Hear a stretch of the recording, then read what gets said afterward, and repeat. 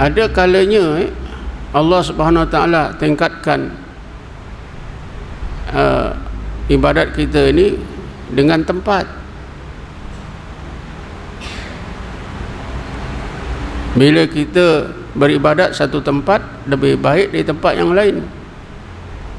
Misalnya Rasulullah SAW bersabda, "Salatun fi masjidi hadha afdalu min alfi salatin mimma siwahu illal masjidil haram." Satu sembahyang di masjid aku ini, satu sembahyang itu maknanya macam kita sembahyang zuhur, sembahyang asar, sembahyang subuh, itu satu sembahyang. Atau sembahyang sunat 2 rakaat, itu satu sembahyang. Ya.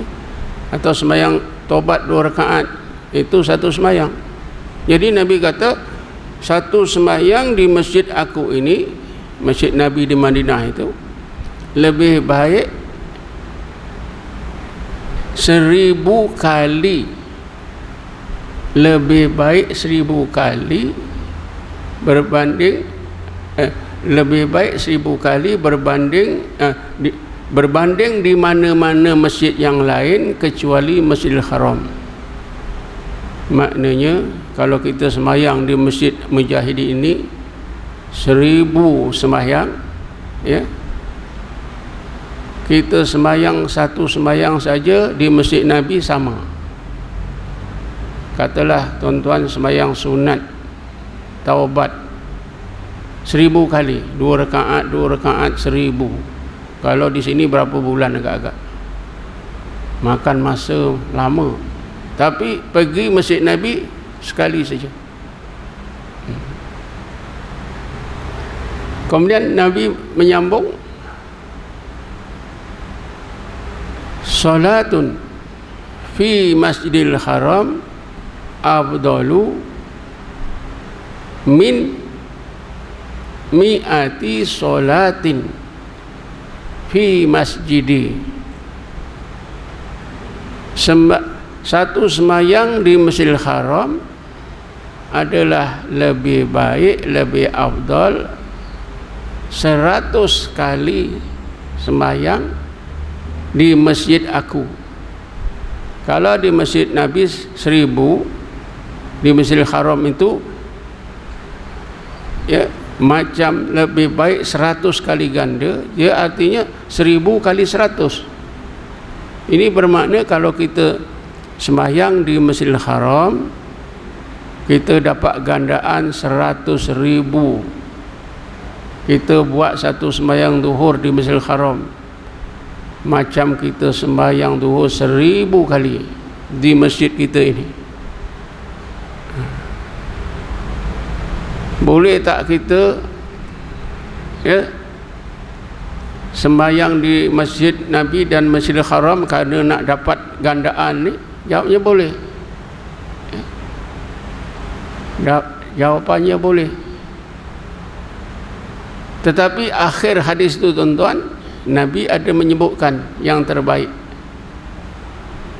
Jadi itu berkaitan dengan tempat. Kalau kita sembahyang di Masjid Nabi, Masjidil Haram, itulah tempat yang paling afdal.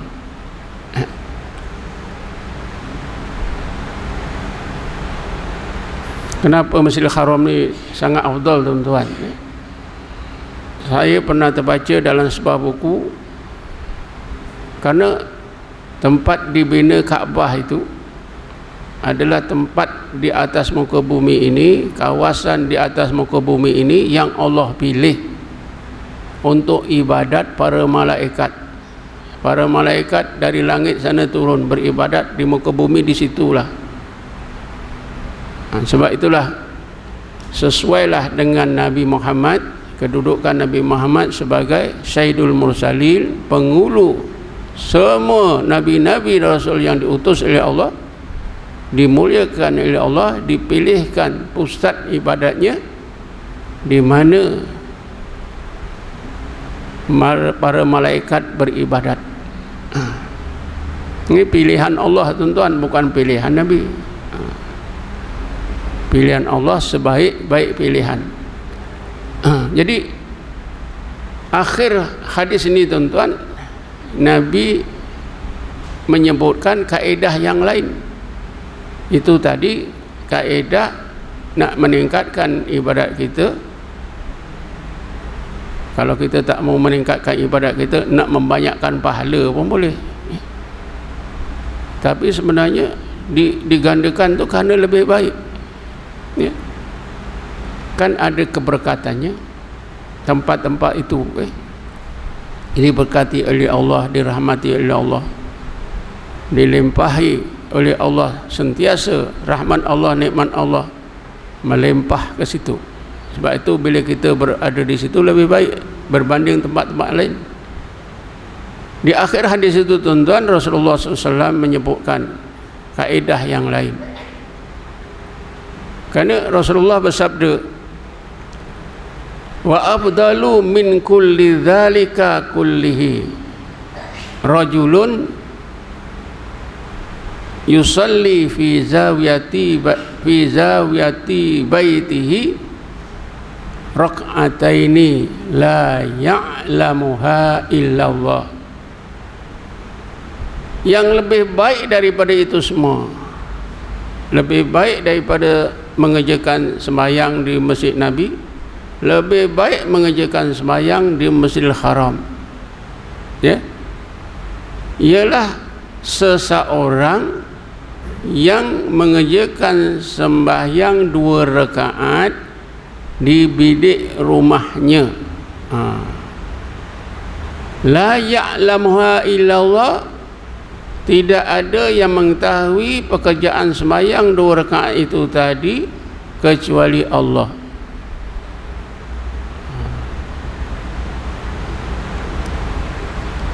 Ini lebih baik lagi. Artinya orang ini bila beribadat yang tahu hanya Allah.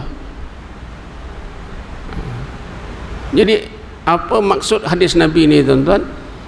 Apakah yang dimaksudkan oleh hadis Nabi ini? Tapi janganlah kita rasa-rasa aku macam tu. Kalau aku sembahyang di rumah memang tak ada siapa tahu. Bini aku pun tak tahu dia tidur. Bukan macam tu. Kalau kita gunakan sebuah hadis qudsi, maka kita akan dapat mengetahui maksudnya yang sebenar. Sebuah hadis qudsi menyebutkan, ini berkaitan dengan pertanyaan Jibril apabila Jibril tanya kepada Allah, mal ikhlas, apa itu ikhlas?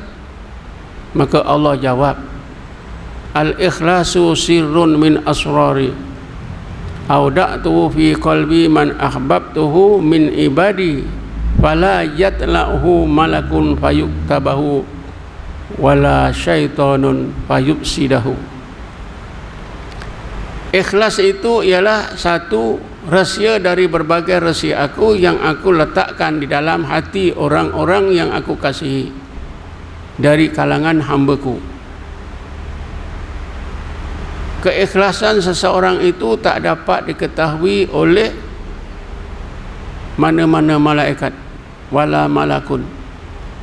Maka malaikat tak dapat mencatatkan kebaikan amal orang yang berhati ikhlas. Wala syaitanun, syaitan juga tidak tahu. Maka kerana itu syaitan tak dapat merosakkan amal orang yang berhati ikhlas. Jadi kalau gitu tuan-tuan, kita dapat tahulah yang dimaksudkan oleh Nabi, rajulun yusalli fi zawiyati baitihi rak'ataini la ya'lamuha illallah. Seorang yang sembahyang di bilik rumahnya 2 rakaat tak dapat diketahui oleh sesiapa kecuali Allah, ialah orang yang berhati ikhlas. Orang yang berhati ikhlas ni tak kira tempat tuan-tuan. Sembahyang tepi jalan pun lebih baik. Di mana-mana lebih baik. Dia buat apa semua terbaik.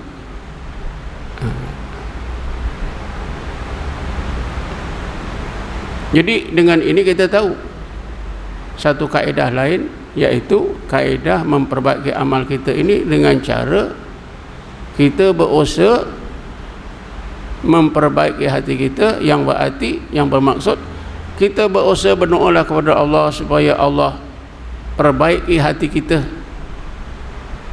Bila hati kita ni meningkat baik, maka ibadat kita semakin baik. Kalau tahun lepas tak ada pun dalam hati kita ni keazaman nak taubat, tiba-tiba datang bulan Ramadan ni kita kuat nak taubat, kita duduk dalam taubat, insya-Allah ibadat kita lebih baik. Tahun depan pula kita rasa nak bersabar, aku kena sabar ni, bertambahlah baiknya hati, taubat ada, sabar ada, tentulah lebih baik ibadatnya dari jika dibanding semasa hatinya ada taubat saja. Tahun lagi akan datang, Allah kurniakan lagi sifat syukur, bersyukur kepada Allah, terbentuk hati kita.